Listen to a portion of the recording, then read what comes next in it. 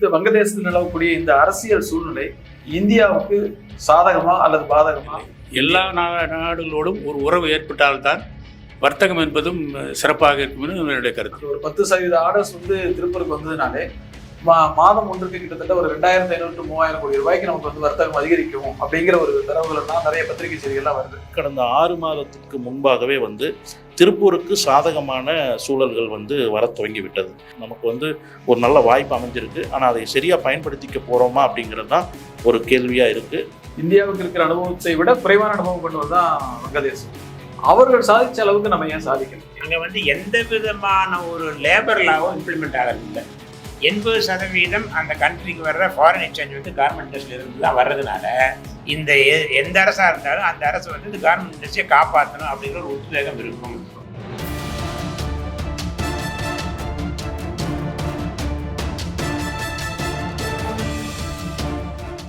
வணக்கம் திருப்பூர் பார்வையாளர்கள் அனைவருக்கும் வணக்கம். நமது அண்டை நாடான பங்களாதேஷ் என்று அழைக்கக்கூடிய வங்கதேசத்தில் உள்நாட்டு போராட்டங்கள் காரணமாக இன்றைக்கு ஒரு அசாதாரணமான ஒரு சூழல் நிலவி கொண்டிருக்கிறது. அதனுடைய பிரதமர் திருமதி ஷேக் ஹசீனா அவர்கள் இந்தியாவிலே தஞ்சமடைந்திருக்கிறார். இன்னும் அங்க போராட்ட சூழல் இன்று வரை அங்க மாறல. இந்த சூழ்நிலையில இதற்கான பின்னணி அரசியல் காரணங்கள் தவிர்த்து இந்த பங்களாதேஷனுடைய இந்த சூழ்நிலை காரணமாக இந்தியாவில் நடக்கக்கூடிய மாற்றங்கள், இந்திய தொழில்துறைக்கு வரக்கூடிய வாய்ப்புகள், குறிப்பாக திருப்பூர் தொழில்துறைக்கு கிடைக்கக்கூடிய வாய்ப்புகள் குறித்து பேசுவதற்காக திருப்பூர் ஏற்றுமதியாளர் சங்கத்தினுடைய இணை பொதுச் செயலாளர் திரு குமார் துரைசாமி அவர்களும், தொழில்துறை முன்னோடியும் தொழில்துறை ஆலோசகருமான திரு யுவராஜ் சம்பத் அவர்களும், திரு ஆர் ஈஸ்வரன் அவர்களும் நம்மோடு இணைந்திருக்கிறார்கள். அனைவரையும் வரவேற்போம். வணக்கம். முதலில் திரு ஆர் ஈஸ்வரனோட ஒரு கேள்வி. வங்கதேசத்தில் நிலவக்கூடிய இந்த அரசியல் சூழ்நிலை இந்தியாவுக்கு சாதகமா அல்லது பாதகமா? அது குறித்து நீங்க என்ன நினைக்கிறீங்க? பொதுவாக சாதகமா அல்லது பாதகமா என்பதை விட பொதுவாக அண்டை நாடுகளோடு ஒரு நல்ல உறவு ஏற்படுவது ரொம்ப முக்கியமானது. அந்த வகையில் பார்த்தால் அவாமி லீக் ஆட்சிக்கு வந்ததற்கு பின்னால், அது முஜிபுர் ரஹ்மான் கொல்லப்பட்டதற்கு பின்னால் நமக்கு இந்தியாவுக்கும் வங்கதேசத்துக்கும் ஒரு நல்ல உறவு இருந்ததில்லை. பின்னர் ஒரு குறிப்பிட்ட காலத்துக்கு பின்னர் ஷேக் ஹசீனா வந்ததற்கு பின்னர் இந்தியாவோடு நல்ல உறவு ஏற்பட்டது. வேறு சில காரணங்கள் இருந்த போதிலும் கூட வெளிப்படையாக அந்த வகைகள் தெரியவில்லை. ஒரு நல்ல உறவு ஏற்பட்டிருந்தது. அந்த வகையில் இந்தியாவோடு நல்ல உறவு ஏற்பட வேண்டும் என்பது மட்டுமல்ல, அந்த பங்களாதேஷோடு மட்டுமல்ல, எல்லா நாடுகளோடும் ஒரு உறவு ஏற்பட்டால்தான் வர்த்தகம் என்பதும் சிறப்பாக இருக்கும் என்னுடைய கருத்து. இல்ல, இப்போ திரு ஷேக் ஹசீனா அவருடைய ஆட்சி காலத்துல அவர் கிட்டத்தட்ட ஒரு 20 ஆண்டு காலம் பங்களாதேஷ் ஆட்சி புரிஞ்சிருக்காரு. இந்த 20 ஆண்டு காலத்துல அந்த குறிப்பா சொல்லணும்னா இந்த 20 ஆண்டு காலத்துலதான் அங்க ஒரு பொருளாதாரம் ஒரு நல்ல ஒரு நிலையை அடைஞ்சிருக்குன்னு சொல்லலாம். குறிப்பா டெக்ஸ்டைல் செக்டார்ல கூட நல்ல ஒரு வளர்ச்சி எட்டியிருக்கிறாங்க. இந்த பொருளாதார வளர்ச்சி இருந்தும் கூட அங்க ஏன் இப்படி ஒரு கலவர சூழல் இருக்கு? பொதுவாக பொருளாதார வளர்ச்சி என்பது ஜிடிபி என்றுதான் சொல்கிறார்கள். ஆனாலும் மக்கள் வாங்குகிற சக்தி, வேலை வாய்ப்பு, இந்த 2 அம்சங்கள் முக்கியமாக கவனத்தில் எடுத்துக்கொள்வதில்லை. பெரும்பாலும் ஜிடிபி மட்டும் முக்கியமில்லை, வாழ்க்கை தரம், வாங்கும் சக்தி, வேலை வாய்ப்பு, இது ரொம்ப முக்கியம். அதை கவனிக்க தவறிவிட்டது என்று தான் நான் கருதுகிறேன். ஹசீனா அவர்கள் கவனிக்க தவறிவிட்டார்கள். அதாவது பொருளாதாரம் முன்னேறிய அளவுக்கு அவங்களுடைய வாழ்க்கை தரம், மக்களுடைய வாழ்க்கை தரம் முன்னேறாதது, ஒரு அந்த அமைதியான வாழ்க்கை சூழல் அமையாதது இதுக்கு ஒரு காரணம் நினைக்கிறேன். நிச்சயமாக. இப்போ இங்க பங்களாதேஷில் இருக்கக்கூடிய இந்த சூழல், அங்க இருக்கக்கூடிய இந்த டெக்ஸ்டைல் செக்டார்ல மட்டும் ஈடுபட்டு இருக்கக்கூடிய தொழில்துறையை பார்த்தோம்னா கிட்டத்தட்ட 25% பேர் இந்தியாவை சேர்ந்தவர்கள் அப்படிங்கிறாங்க ஒரு புள்ளி விவரம். அதே போல இப்ப இருக்கிற இந்த அசாதாரண சூழ்நிலை காரணமாக அந்த தொழில் ஒருவேளை மாறினால் இந்தியா அதுல ஒரு 10% மட்டும் செஞ்சாலே, அந்த ஒரு 10% ஆர்டர்ஸ் திருப்பூருக்கு வந்ததுனாலே மாதம் ஒன்றுக்கு கிட்டத்தட்ட ஒரு 2500 to 3000 கோடி ரூபாய்க்கு நமக்கு வர்த்தகம் அதிகரிக்கும் அப்படிங்கிற ஒரு தரவுகள் எல்லாம் நிறைய பத்திரிகை செய்திகள்லாம் வருது. அதை நீங்க எப்படி பாருங்க? இப்போ வங்கதேசத்தில் நடக்கக்கூடிய அசாதாரண சூழல் இந்தியாவிற்கு சாதகமாக அமையுமா என்று தொடர்ந்து ஊடகங்கள் கேள்வி எழுப்பிட்டே தான் இருக்காங்க. நானும் நிறைய அதை பற்றி எழுதிட்டு இருந்தால் கூட உண்மையான நிலைமை அப்படின்றது என்னன்னு சொன்னால், வங்கதேசத்தின் வரலாறை எடுத்துக்கொண்டால் அவர்கள் தொடர்ந்து பல பேரழிவுகளை சந்தித்து தான் வர்றாங்க. ஒன்று உள்நாட்டு கலவரமாக இருக்கலாம், ஆட்சி மாற்றமாக இருக்கலாம், அல்லது இராணுவ புரட்சியாக இருக்கலாம், அல்லது ஒரு இயற்கை பேரிடராக இருக்கலாம். இதையெல்லாம் அவங்க சந்திச்சுட்டு மீண்டும் மீண்டும் அவங்க வந்து அதை மீண்டு வந்து திரும்பவும் வந்து ஒரு நல்ல வளர்ச்சியை நோக்கித்தான் அவங்க போயிட்டு இருக்காங்க. அதே மாதிரி தான் இதையும் நான் பார்க்குறேன். இது வந்து அவங்களுக்கு ஒரு டெம்பரரி செட்பேக். சீக்கிரமாக வந்து அவங்க அவங்களுடைய பழைய நிலைமையை அடைஞ்சு தன்னுடைய சீரான வளர்ச்சியை நோக்கி அவங்க பயணிப்பாங்க. ஆனால் இந்த இடத்துல திருப்பூருடைய அப்போ இப்போ மொத்தம் ஒட்டுமொத்த ஆயுத்தாடை துறையை நீங்கள் எடுத்துட்டிங்கன்னா 2-3 வகையாக பிரிக்கலாம். அதாவது ஓவன் கார்மெண்ட்ஸ் ஒன்று, ஜீன்ஸ் ஒன்று, மேன்மேட் ஃபைபர்னு சொல்லக்கூடிய ஆடைகள் ஒன்று, திருப்பூரில் உற்பத்தி ஆகக்கூடிய பின்னல் ஆடை ஒன்று. இது 100% காட்டன் பேஸ்டு ஆடைகள். 100% காட்டன் பேஸ்டு ஆடைகளை பொறுத்தவரை கடந்த 6 மாதத்திற்கு முன்பாகவே வந்து திருப்பூருக்கு சாதகமான சூழல்கள் வந்து வர துவங்கிவிட்டது. இங்கிருந்து 10 வருடங்களுக்கு முன் வங்கதேசத்திற்கு சாதகமாக இருக்கிறது, எங்களுக்கு அந்த 10% டியூட்டி மிச்சமாகுதுன்னு போன ஐரோப்பிய நிறுவனங்கள் எல்லாம் மீண்டும் திருப்பூரை நோக்கி வர துவங்கியது ஒரு விஷயம். என்ன காரணம்னா, அந்த 10% வரியில்லா வர்த்தக ஒப்பந்தம் அப்படிங்கிறது 2025 காலாவதியாக போகுது. அது மேலும் நீடிக்கப்படுமா அப்படின்றது வந்து ஒரு கேள்விக்குறி. நீடிக்கப்படாது அப்படிங்கிறது தான் பெரும்பாலானவர்களுடைய எண்ணம். அதுக்காக இந்தியாவுடைய கட்டமைப்பை வந்து அவங்க வந்து வலுப்படுத்திக்கிறதுக்காக இங்கே வர துவங்கிட்டாங்க. 10 வருட காலமாக நீங்கள் சொன்னீங்க பொருளாதார வளர்ச்சி நோக்கி இப்போ இருக்கக்கூடிய அந்த ஆட்சி காலத்தில் வந்து நல்லபடியாக பொருளாதாரம் வளர்ந்ததுன்னு சொன்னீங்க. அதுக்கு ஒரு முக்கிய காரணம் வந்து அவங்க டாலருக்கு அகேன்ஸ்டாக இருக்கக்கூடிய அவங்க கரன்சியை 10 வருட காலமாக எந்த விதமான மாற்றங்களை செய்யாமல் வச்சுருந்தாங்க. இந்த முறை அவங்களுக்கு வரியில்லா ஒப்பந்தம் கொடுத்தம்போது நீங்கள் வந்து உலகளாவிய அளவிற்கு உங்களுடைய உங்களுடைய டாக்காவை வந்து அட்ஜஸ்ட் பண்ணினா மட்டும்தான் நாங்கள் இதை கொடுப்போங்கிற கண்டிஷனில் பண்ணின காரணத்தினால இப்போ என்ன ஆகுதுன்னு சொன்னால், இந்தியாவின் உற்பத்தியாளர்களுக்கும் குறிப்பாக திருப்பூரின் உற்பத்தியாளர்களுக்கும் வங்கதேசத்தின் உற்பத்தியாளர்களுக்கும் விலையில் எந்த விதமான பெருமாற்றங்களும் இல்லை என்பதும், சில கார்மெண்ட்ஸில் வந்து நம்ம வந்து விலை குறைவாக இருக்கிறோம் அப்படிங்கிறது தான் நிதர்சனம். இந்த நிதர்சனத்தை கருத்தில் கொண்டு 6 மாத காலமாகவே ஒரு மாற்றங்கள் ஏற்பட துவங்கிவிட்டது. கோவிட் காலத்தை தொடர்ந்து கோவிட்க்கு 2 அலைகளுக்கு பின்பு இந்த எண்ணம் வந்து வலுப்பட்டு இருப்பதும் வந்து அதுதான் நிதர்சனம். அதுதான் இங்கே நடந்துட்டு இருக்கு. ஆனால் நீங்கள் சொன்ன மாதிரி 10% வியாபாரம் அதிகரித்தால், இப்போ திருப்பூரில் ஆவரேஜாக வந்து மாதம் வந்து 3000 கோடி ரூபாய்க்கு ஏற்றுமதி ஆகிட்டு இருக்கு. இன்னொரு 2500 கோடி அப்படிங்கிறப்ப நீங்கள் கேட்குறது 5500 கோடி ரூபா அப்படின்றது. இது வந்து ஒரு சங்கர் படத்துலையோ அல்லது ஒரு பெரிய இயக்குனர் படத்துலையோ தான் சாத்தியமே ஒழிய, பிராக்டிக்கலாக பார்த்தோம்னா நிச்சயமாக சிறிதாக முன்னேறுமே ஒழிய, இன்னைக்கு இருக்கிற கட்டமைப்பு நமக்கு வந்து கட்டமைப்பு இருக்குது, நம்மகிட்ட கெப்பாசிட்டி இருக்குது. ஆனால் வேறு பல காரணங்கள் இருக்குது. நம்ம பின்தங்கறதுக்கான பல காரணங்கள் இருக்குது. ஒன்று ஆட்கள் பற்றாக்குறை, 2வது ப்ரொடக்ஷன் எஃபிஷியன்சின்னு சொல்லக்கூடியது. கிட்டத்தட்ட இந்தியாவின் திருப்பூரின் ஆவரேஜ் ப்ரொடக்ஷன் எஃபிஷியன்சி 40% தான். ஆனால் வங்கதேசம் எடுத்துட்டிங்கன்னா 80% அவங்களோடது. 2வது எடுத்துட்டிங்கன்னா மேன் மெஷின் ரேஷியோ, ஒரு மெஷினுக்கு எத்தனை ஆட்கள் வேலை செய்கிறாங்க அப்படின்ற கணக்கு எடுத்தால் திருப்பூரை பொறுத்த வரைக்கும் ஒரு மெஷினுக்கு 2 ஆட்கள் தேவை. அப்போது ஒரு 10 மிஷின் இருக்கிற ஒரு ஃபேக்ட்ரியில் 20 ஆட்கள் வேலை செய்யணும். இதே பங்களாதேஷில் 10 மிஷின் இருக்கிற ஃபேக்ட்ரியில் 13 பேர் வேலை பார்த்தா போதும்.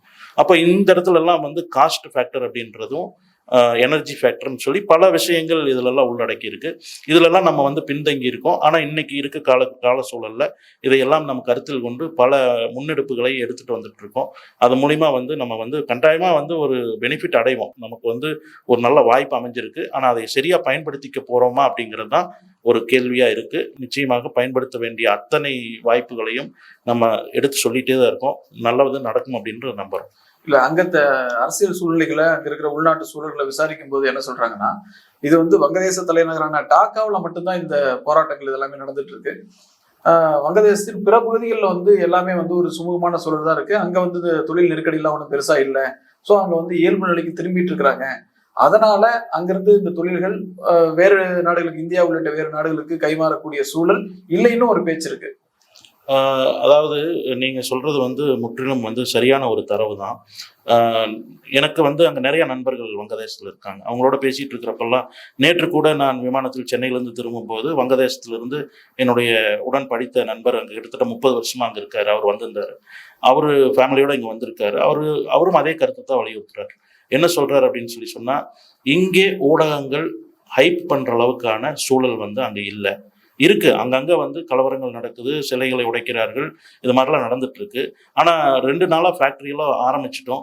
கிட்டத்தட்ட 4 அல்லது 5% தான் வந்து ஆப்சன்டீஸே இருக்கு, மற்றபடிக்கு எல்லாரும் வேலைக்கு வந்துட்டாங்க அப்படின்றது தான் அவருடைய செய்தியாகவும் இருக்கு. இங்கே இயங்கி கொண்டிருக்கக்கூடிய மேலில், அதாவது ஐரோப்பியா அமெரிக்காவுடைய அந்த அலுவலகத்தில் இருக்கக்கூடிய அந்த மேனேஜர்ஸும் மர்ச்சன்டைசர்ஸும் அதையே தான் கன்ஃபார்ம் பண்ணுறாங்க. அங்கே வந்து திரும்ப சீரான நிலைமை வந்து துவங்க ஆரம்பிச்சிருச்சு, இனி வந்து எங்களுக்கு பெரிய பிரச்சனைகள் இருக்கிற மாதிரி தெரியல அப்படிங்கிறது தான் அவங்களுடைய பார்வையாகவும் வைக்கிறாங்க. வங்கதேசத்தினுடைய அந்த தொழில்கள் வந்து இங்க உடனடியாக இங்க வர்றதுக்கான வாய்ப்பு எவ்வளவு இருக்குங்கிறது இன்னும் உறுதியா தெரியல அப்படிங்கிறதா. இல்லை, அதை நான் தான் உங்கள்கிட்ட தெளிவாக சொல்லிட்டேனே. வங்கதேசத்திலிருந்து இங்கே வந்து வியாபாரம் கைமாற துவங்கி 6 மாத காலம் ஆயிடுச்சு. இன்னைக்கு நடக்கக்கூடிய இந்த ஒரு அசாதாரண சூழல் வந்து அந்த காரணத்துக்கு மேலும் வலு சேர்க்கிற மாதிரி தான் இருக்குதே ஒழிய இந்த காரணத்தினாலதான் நமக்கு வரப்போகுது அப்படின்றது கிடையாது. ஆல்ரெடி 6 மாசத்துக்கு முன்னாடியே நமக்கு அது வர துவங்கி விட்டது. ஒருவேளை அந்த தொழில்கள் ஒரு 5-10% கை மாறி வந்ததுன்னா, இங்க மாறி வந்ததுன்னா அதை எதிர்கொள்றதுக்கு நம்ம தொழில்துறை தயாரா இருக்கு. நீங்க ஏற்கனவே சொல்லிட்டீங்க, இங்க ஆல்ரெடி ஒரு லேபர் ஷார்டேஜ் இருக்கு, அது போக வேற சில சிக்கல்கள்லாம் இருக்குங்கிறீங்க. என்ன மாதிரியான சிக்கல்கள்? என்ன மாதிரியான சிக்கல்கள் அப்படின்னு சொல்லி சொன்னா, நிச்சயமாக இப்போ பார்த்தீங்கன்னா கடந்த ஒரு 10 வருட காலமாகவே நமக்கு வந்து மாடர்னைசேஷன் அப்படின்றதுல நம்ம ரொம்ப பின்தங்கி இருக்கோம். 10 வருடத்துக்கு முன்னால் பார்த்தீங்கன்னா திருப்பூரில் இருக்கக்கூடிய மாடர்னைஸ்டு மெஷின்ஸ் வந்து உலகளாவிய உற்பத்தி தேசங்கள் எங்கெங்கெல்லாம் இருக்கோ அங்கே என்ன இருக்கோ அதுக்கு ஈக்குவலாக நம்ம இருந்தோம். அதை விட ஒரு படி மேலே தான் இருந்தோம். அதுவும் குறிப்பாக டையிங் ப்ராசஸ் எல்லாம் எடுத்துட்டீங்கன்னு சொல்லி சொன்னால் மிக மிக அருமையான தொழில்நுட்பங்களை நம்ம வச்சுட்டு இருந்தோம். ஆனால் இந்த 10 வருட காலமாக நம்மளால வந்து மாடர்னைசேஷன் போக முடியல. காரணம் என்ன அப்படின்னு சொல்லி சொன்னால், டஃப் அப்படிங்கிற ஒரு ஸ்கீம் இருந்தது. அதாவது ஏடஃப்னு சொல்லுவாங்க. டஃப், ஏடஃப்னு 2 ஸ்கீமு. அந்த டஃபோடைய ஒரு கிளையாக தான் ஏடஃப் வந்துச்சு, டெக்னாலஜி அப்கிரேடேஷன் ஃபண்டு. அந்த டெக்னாலஜி அப்கிரேடேஷன் ஃபண்ட் அப்படின்றது என்ன அப்படின்னு சொல்லி சொன்னால், என்னுடைய இன்று இருக்கக்கூடிய அந்த மெஷினை நான் அப்கிரேட் பண்ணுறதுக்கான ஒரு வாய்ப்பு, அதில் ஒரு மானியம் கிடைச்சிட்டு இருந்தது. அந்த மானியத்தை வச்சு நாங்கள் அப்கிரேட் பண்ணிகிட்டே இருந்தோம். அது இந்த 10 வருட காலமாக அந்த ஒரு ஸ்கீமே இல்லை. அதனால வந்து அப்கிரேடேஷன் அப்படிங்கிற ஒரு ப்ராசஸே நடக்கல. அப்போ ப்ராசஸிங்கில் நம்ம மிகப்பெரிய அளவில் பின்தங்கிட்டோம். இன்னைக்கு வந்து இன்னைக்கு மொபைல் ஃபோன் அப்படின்னு எடுத்துட்டிங்கன்னா, இன்னைக்கு வந்து உலகளாவிய அளவில் இந்தியா வந்து மிகப்பெரிய சந்தை. அதுவும் திருப்பூர் மாதிரியான ஒரு ஊரில் வந்து என்ன லேட்டஸ்ட் மொபைல் வந்தாலும் அதிக அளவில் விற்குது. குறிப்பாக சொல்லப்போனால், நான் கடந்த ஒரு 2 வாரத்துக்கு முன்னாடி செய்தி பார்க்குறேன், புதிதாக ஒரு மாடல் ஒரு பெரிய கம்பெனி திருப்பூரில் அறிமுகப்படுத்துகிறாங்க.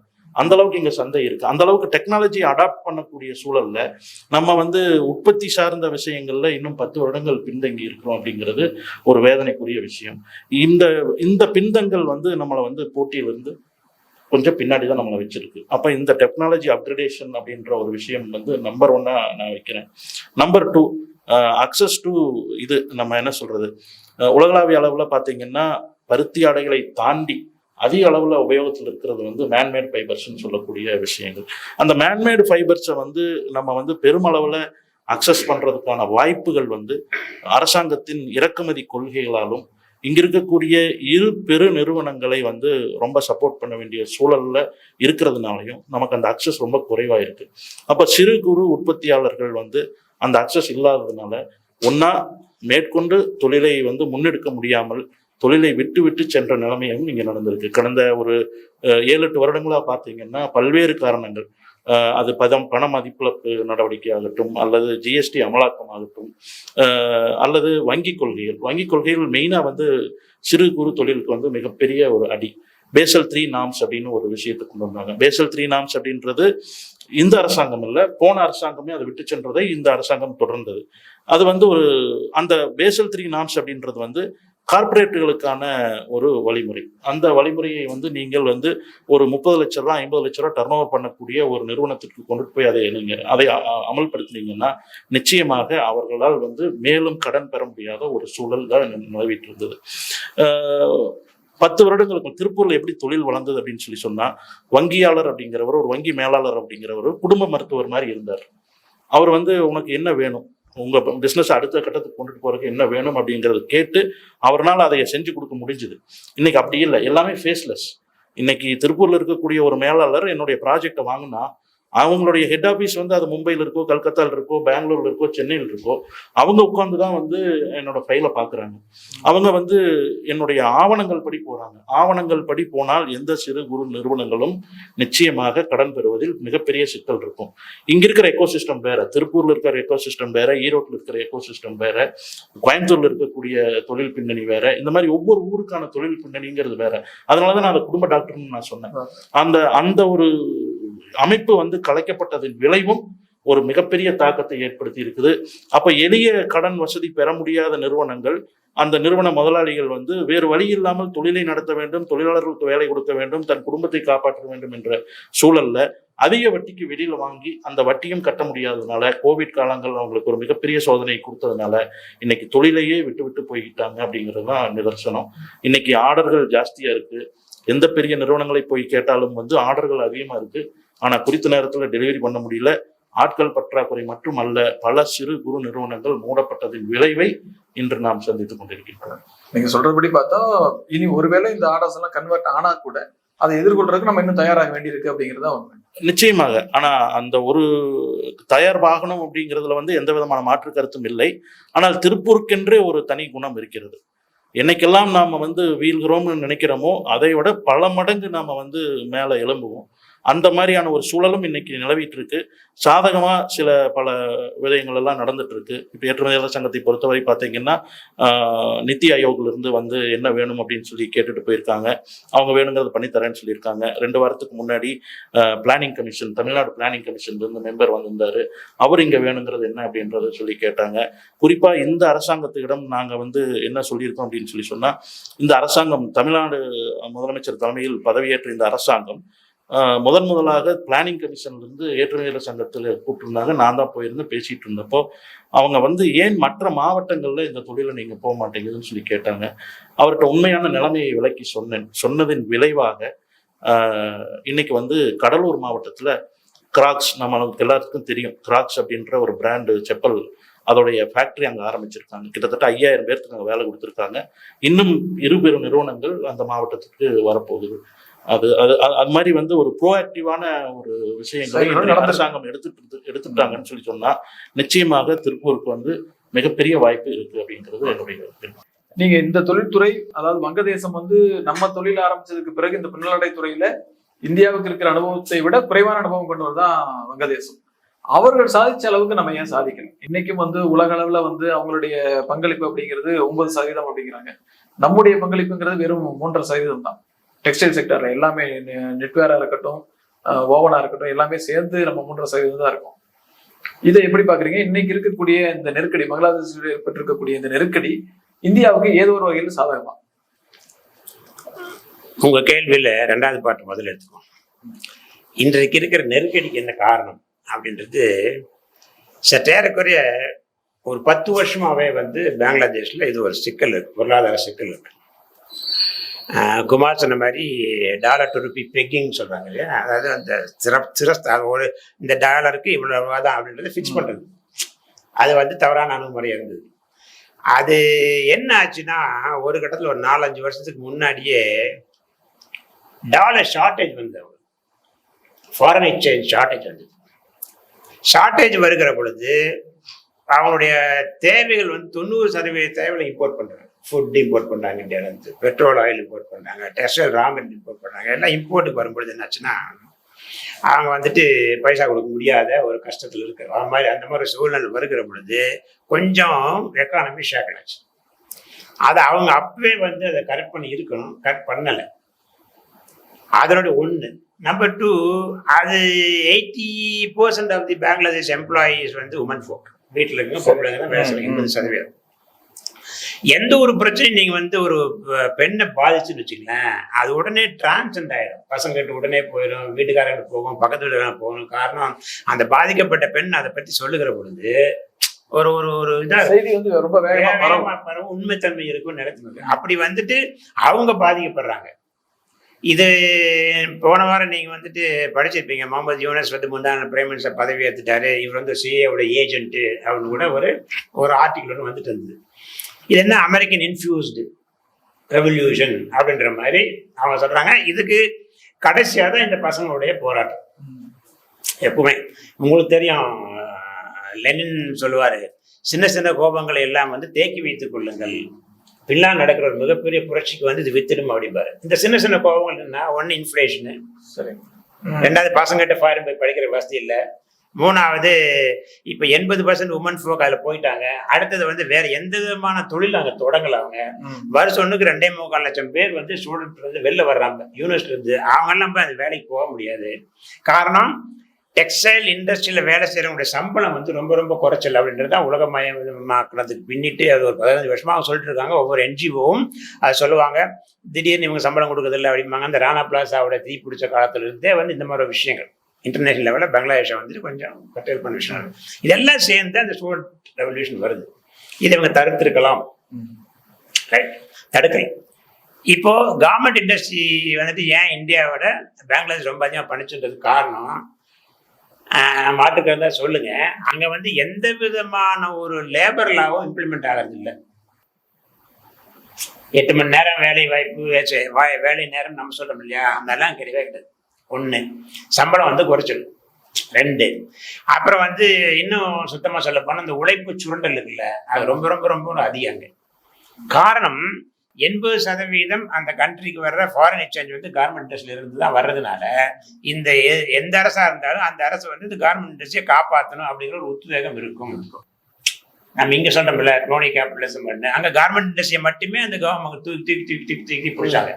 அதனுடைய விளைவு என்னன்னா, ஒரு 2-3 வருஷத்துக்கு முன்னாடி இந்த டாலர் இது பிரச்சனை வரும்போது, தம்பி சொன்ன மாதிரி பிரச்சனை வரும்போது என்ன ஆகும்னா, அண்டர் இன்வாய்சிங், ஓவர் இன்வாய்சிங், இந்த மாதிரி விஷயங்கள்லாம் பண்ணி என்ன பண்ணாங்க, பங்களாதேஷில் இருந்த எக்ஸ்போர்ட்டர் மற்றவங்களை வந்து என்ன டாலரை வந்துட்டு கஞ்சி விட்டு கடத்தலாம்.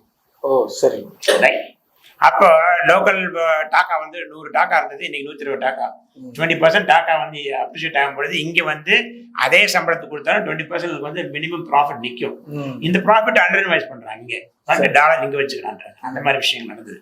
இதெல்லாம் சேர்ந்த கடைசியில் இந்த ஒரு சூழ்நிலை இன்னைக்கு இருக்கிற சூழ்நிலை. சரி, இந்த சூழ்நிலை இருந்து கட்டாயம் அவங்க வந்துட்டு மீண்டு எழுவார்கள். காரணம் கேட்டால் 80% அவங்களுக்கு இந்த எக்ஸ்போர்ட் நம்பி தான் இருக்காங்க தொழிலில். பிளஸ் ஒரு 5% வந்து பைசைக்கிள் பார்ட், அந்த மாதிரி ஒரு சில விஷயங்கள் பண்றாங்க. மற்றபடி வேற எதுவும் அது பண்ணல. இல்ல இப்ப இந்த சூழல்ல அந்த பின்னலாடை தொழில் ஏதாவது ஒரு குறிப்பிட்ட சதவீதமாவது மற்ற நாடுகளுக்கு கைமாறுமா? கைமாறக்கு வாய்ப்பு இருக்கு. எகெயின் தம்பி சொன்ன மாதிரி அந்த 2025 வந்து எல்டிசி என்ற ஸ்டேட் வந்து பங்களாதேஷ் மேல வருது. மேல வரும்போது ஆட்டோமேட்டிக்கா வந்துட்டு டியூட்டிஸ் வரும், நமக்கு அது டேலி வரும். ஆனா உடனடியா அத்தனையும் இங்க வருமா அப்படின்றது ஒரு கேள்விக்குறிதான். ஏன்னா அந்த மிகப்பெரிய நிறுவனங்கள் வந்து அந்த ஒர்க் கல்ச்சர்ல பழகி அவங்களுக்கு வந்து 10 நாள்ல வந்து ப்ரொடக்ஷன் வேணும்னா 10 நாள் நான் திருப்பூருடைய இதுக்கு டிஃபரன்ஸுக்கு அது வந்து கார்பரேட்டிஸ்ட், அது வந்து ஒரு இண்டஸ்ட்ரியலைஸ்ட்னா திருப்பூர் வந்து கிளஸ்டர் போச்சு. சரி, அங்க வந்து 10,000 பீஸ் வேணும்னா ஒரு லைன்ல விட்டாங்கன்னா 3 நாள் 10,000 பீஸ் வெளில வந்துருக்கு வாய்ப்பு இருக்காங்க. பட் இங்க நம்பர் பண்ண முடியாது. ஸோ கொஞ்சம் வெளில இல்ல. அதுக்கு என்ன காரணம் கேட்கிறேன். நமக்கு பின்னாடி தொழில இறங்கின அந்த நாடு வந்து அவ்வளவு பெரிய ஒரு ஒர்க் செட்டப் கொண்டு வந்து அதுதான் சொன்னேன்ல, லேபர் லாஸும் கிடையாது சார். இன்னொன்னு சொல்றேன், நான் தப்பா இருந்தா கோச்சுக்காதீங்க, இங்க வந்து 27 லைசன்ஸ் எனக்கு வேணும் சார். நீங்க ஒரு ஃபேக்டரி வச்சிருக்கீங்க, குப்பையை கூட்டி ஒரு டெச்சில் தள்ளினீங்கன்னு வச்சுக்கோங்க வெளியில, நாளை காலை சாண்ட் இன்ஸ்பெக்டர் வந்து உங்களுக்கு நோட்டீஸ் கொடுக்க முடியும் சட்டப்படி. இங்கே கரெக்டா முடியும். ரைட். 8 மணி 9 மணி 10 மணிக்கு மேலே நீங்கள் மோட்டர் ஓட்டிங்கன்னா பக்கத்து வீட்டுக்காரம்ப எனக்கு தொந்தரவா இருக்குது மோட்டர் ஓடுதுன்னு சொன்னா உங்களை வந்து திருப்பூர் கார்பரேஷன் உங்க மேல ஒரு நடவடிக்கை எடுக்க முடியும், நோட்டீஸ் அனுப்ப முடியும். கரெக்டா இல்லையா? இத்தனைக்கும் மீறி தான் நாங்கள் வாழ்ந்துருக்கோம், வாழ போறோம், வளருவோம் திருப்பூர்ல. அதெல்லாம் அங்க எதுவும் இல்லை அப்படிங்கிற பொழுது என்ன ஆகுது, அவனோட அபரிமிதமான வளர்ச்சி. இல்ல, எனக்கு இது ஒரு இயல்பான ஒரு சந்தேகம் தான். இங்க திருப்பூருக்குள்ள நமக்கு ஒரு ஆர்டர் வரும்போது பாத்தீங்கன்னா எவ்வளவு கம்ப்ளைண்ட்ஸ் எல்லாம் வந்து இதெல்லாம் இருக்கணும் அப்படின்னு நிறைய விதிகள் எல்லாம் வகுக்கிறாங்க. இப்போ ஒரு பெரு நிறுவனங்கள் எல்லாமே, பையர்ஸ் எல்லாமே, அது வந்து பங்களாதேஷ்க்கு அவங்க எதுவும் வைக்கலைங்களா? அந்த மாதிரி விதிகள் இல்லையா? இருக்குது. குவாலிட்டி கண்ட்ரோல் நார்ம்ஸ் வந்து பங்களாதேஷ் இன்னும் நல்லாவே இருக்கு.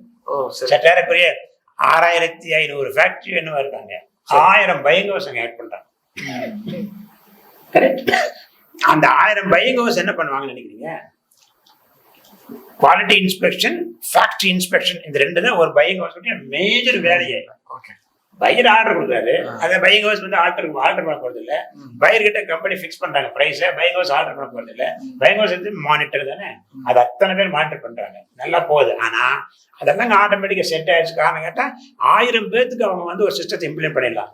பட் இங்க 1000 பேருக்கு இம்ப்ளிமெண்ட் பண்ண மாதிரி எனக்கு வந்து மினிமம் ஒரு 20 கம்பெனி வேணும். கரெக்டா? ஏன்னா எனக்கு 50 பேருக்கு மேல வேலை செய்ய முடியாது. இஎஸ்ஐ, பிஎஃப், அது இது ஏகப்படுறது. இதை மீறி தான் நாங்க வளர்ந்துடும். இதை வந்து இங்க இந்தியாவில ரிலாக்ஸ் பண்ண முடியாது. ஏன்னா எல்லோருக்குமான ஒரு ஆட்சி இங்க இந்தியாவில, அங்க அப்படி கிடையாது. இங்க டெக்ஸ்டைல் மட்டுமே பிசினஸ் இல்லையே, எல்லாருக்குமான ஆட்சி இல்ல. ஒரு சட்டம் வந்து மாத்திரீங்கன்னு வச்சுங்களேன், டெக்ஸ்டைலுக்கு மாதிரி நாங்க சட்டம் போடலாம், பட் இங்க மாதிரி போட முடியாது. வேஜ் இன்கிரிமெண்ட்லயே வந்து பங்களாதேஷ் சட்டம் போடும்போது வேஜ் இன்கிரிமெண்ட் ஃபார் டெக்ஸ்டைல் தான் பண்ணாங்களே தவிர மற்றபடி பண்ணலையே. அதாவது அவங்க இந்த நிறுவனங்கள் சமூக சூழல் கொஞ்சம் முன்னப்பட்டு இருந்தாலும் கூட ஒரு தொழில் செய்யக்கூடிய ஒரு நிறுவனத்துக்கான கட்டமைப்புகள்லாம் அவங்க வந்து ரொம்ப கராரா இருக்கிறாங்கன்னு நம்பலாமா? இருக்கிறது. ஆனா அரசு கொடுக்குற அந்த சலுகைகள் சொல்றோம்ல, அது ரொம்ப ரொம்ப ரொம்ப ரொம்ப அதிகம். அதை வந்து அவங்க என்கேஷ் பண்ணிக்கலாம். இங்க நம்ம பண்ண முடியாது. காரணம் இந்தியா வந்து மிகப்பெரிய தேசம் சார். பங்களாதேஷ் மாதிரி, சிங்கப்பூர் மாதிரி சின்ன ஒரு குட்டி தேசம் இல்ல, மிகப்பெரிய தேசம். இங்க வந்து ஒவ்வொரு ஸ்டேட்டுக்கு ஒவ்வொரு சட்டம் நீங்க போட்டே இருக்க முடியாது. உலகத்திலேயே ஃபர்ஸ்ட் நாங்க தானே, ZLD, ஜீரோ லிக்விட் டிஸ்சார்ஜ், உலகத்திலேயே ஃபர்ஸ்ட் நாங்க தானே. பங்களாதேஷ் அப்படி இல்லையே, சூரத் அப்படி இல்லையே, இன்னும் விட்டது ஆத்தத்தை விட்டுருக்கோம். நாங்க தான் பண்ணோம். நாங்க ஏன் பண்ணோம்? சட்டத்துக்கு மதிச்சோம், சட்டத்துக்கு பயந்தோம், சமுதாயத்துக்கு பயந்தோம். நாங்க வந்து அந்த சமுதாயத்தை மதிச்சோம், நாங்க பண்ணோம். இப்போ சிக்கல்னு வச்சுங்களேன், ஆமாம் இப்படித்தான். நாங்களும் கவர்மெண்ட் வந்து பரவாயில்ல அப்படியே நம்ம சம்பாதிச்ச போது அந்த 12 முன்னேற்றமா இருக்கும், அதை விட்டுருமா இருக்கும், மேலார வரணுமா இருக்கும். பட் எங்களுக்கு அந்த ஒருத்தபால் டேம் பார்க்கும்போது கருக்கு இல்ல. ரைட் இல்ல, இப்போ திரு குமார் அவர்கள் சொல்லும் போது என்ன சொல்றாருன்னா, நீங்க வந்து இங்க வந்து ஒருவேளை அந்த வாய்ப்புகள் வந்தா கூட எதிர்கொள்ள முடியுமான்னு கேட்டோம்னா ஒரு கேள்விக்குறி போடுறேன். உடனடியா முடியுமான்னு தெரியல, செய்வோம். ஆனா இங்க இருக்கக்கூடிய நெருக்கடிகள் எங்களுக்கு கொஞ்சம் இருக்கு அப்படிங்கிறாரு. இந்த நெருக்கடிகள் ஒரு 2 மில்லியன் பீஸ்க்கு ஒரு ஆர்டர் வந்தா கூட எங்களால செய்ய முடியாது. ஏன்னா எகைன் நாங்க வந்துட்டு கிளஸ்டர் அப்ரோச் இருக்கோம். அங்க வந்து ஃபேப்ரிக் பிரிண்ட் பண்றவன், ஃபேப்ரிக் டை பண்றவன், ஃபேப்ரிக் பிரிண்ட் பண்றவங்க, இதெல்லாம் வந்து வெவ்வேறு இதுல இருந்தா கூட, ஒரு வெர்டிகல் இதுல இருந்தா கூட ஃபேப்ரிக் உள்ள வந்ததுக்கு பின்னிட்டு எடுத்தீங்கன்னா ப்ராபபிளி ஃபிளாவே இருக்காது. நீங்க அப்படி கிடையாது. அகைன் ஃபேக்டரி கிடையாது சார். 1000 பீஸ் இங்க வெட்டினா 1000 பீஸ் தைச்சு வந்ததுக்கு அடுத்த 1000 பீஸ். இப்ப இன்னைக்கு மார்னிங் வந்துட்டு நான் ஒரு ரவுண்ட் நெக் விடன்னு வச்சுக்கலாம், லைன்ல ரவுண்ட் நெக் போயிட்டே இருக்கேன். ஒரு 3 நாள் கழிச்சு அது வந்து போலவா மாறும், அதே தான் செய்வான். ஒரு 6 நாள் கழிச்சு அது பையவா மாறும். காரணம் என்னுடைய அந்த யூரோப்பியனுக்கு சப்ளை பண்றது அந்த ஆர்டருடைய அசார்ட்மெண்ட் அப்படி இருக்கும். ஒரே டெய்லர் 3 செய்யணும், அப்ப எஃபிஷியன்சி குறையும்.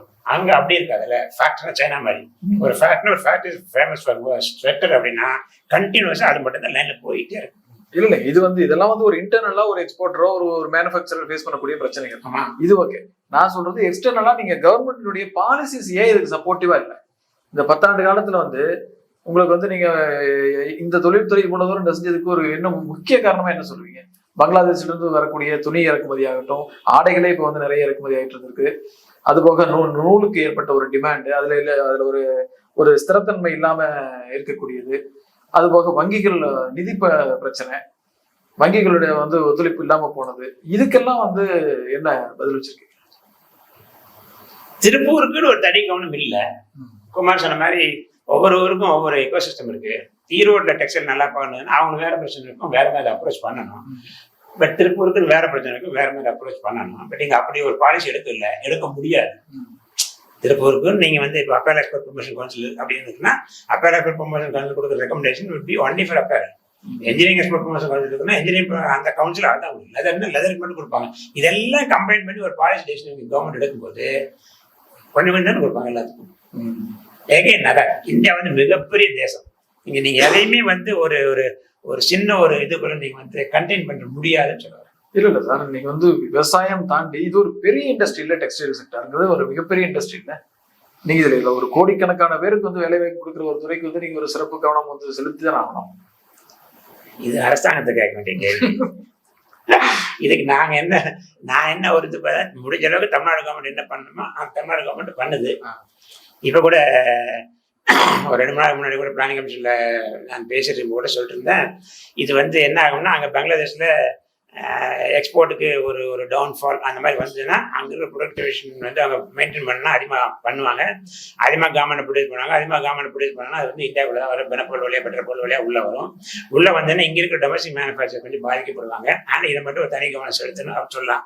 இதை மீறி வந்துட்டு ஒரு ஒரு மாநிலத்தை ஆளுகிற ஒரு அரசு என்ன கன்செஷன் கொடுக்க முடியும், என்ன கொடுக்க முடியும் அப்படின்றது லிமிட்டட். ரைட். இதை வந்து அது காட்டணம் தடை பண்ணலாமா, காட்டணம் தடை பண்ணலாம், தமிழ்நாடு கவர்மெண்ட் ரெக்கமெண்ட் பண்ணலாம். பட் அங்கே மத்திய இருக்கிற அந்த ஒன்றிய கவர்மெண்ட் தான் வந்துட்டு அது காட்டணம் தடை பண்ணலாம் வேணாமான்னு முடிவு பண்ணணும். இப்போ ஆல்மோஸ்ட் ஒரு ஒரு 6,000 crores பக்கம் பஞ்சாப்லேருந்து குறையான் வந்துட்டு இப்போ நிற்குதுன்னு சொல்கிறாங்க. கரெக்டாக அதே மாதிரி நம்ம ஊரில் இருக்கிற ஸ்பென்னிங் மில்லேருந்து போகிறது ஒரு 7-8,000 கோடி அளவுக்கு நான் யான் வந்து நிற்கப்பான்னு சொல்கிறாங்க. இப்போ இந்த பிரச்சனை வந்து அன்ஃபோர்சிங், எதிர்பாராத ஒரு சின்ன விஷயம், ஒரு ஒரு ஒரு ஓவர் நைட் நடந்த ஒரு விஷயம்.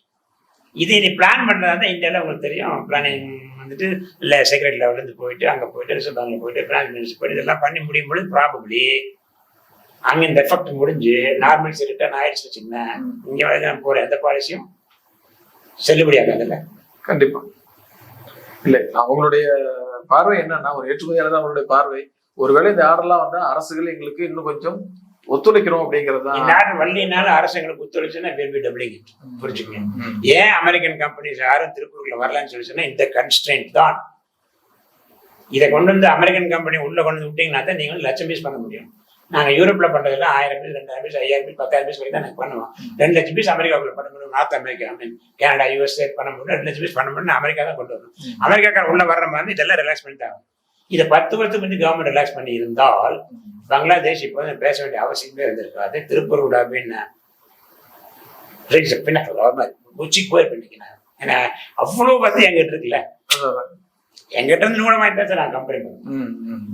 குமார் சொன்ன மாதிரி அந்த அந்த மாடர்னைசேஷன் அப்படிங்கிறது தமிழ்நாட்டில இருந்து ஒரு க்ளோஸ் பண்ண ஒரு 5-6 ஸ்பின்னிங் மில்லுடைய மெஷினரியை வாங்கி கொடுத்தேன் நான் ஒரு 7-8 வருஷம் முன்னாடி. சரி, பங்களாதேஷ்காரங்க என்னுடைய பழைய பார்ட்னர் வாங்கி கொடுத்தேன். அவங்க அவ்வளோதான் மாடர்னைசேஷன் இருக்காங்க. அடுத்தது ரீசன் என்னன்னா, அவங்களுடைய ப்ரொடக்ஷன் வந்து ஆல்மோஸ்ட் 50% வந்து மேன்மேட் ஃபேப்ரிக் போயிட்டாங்க.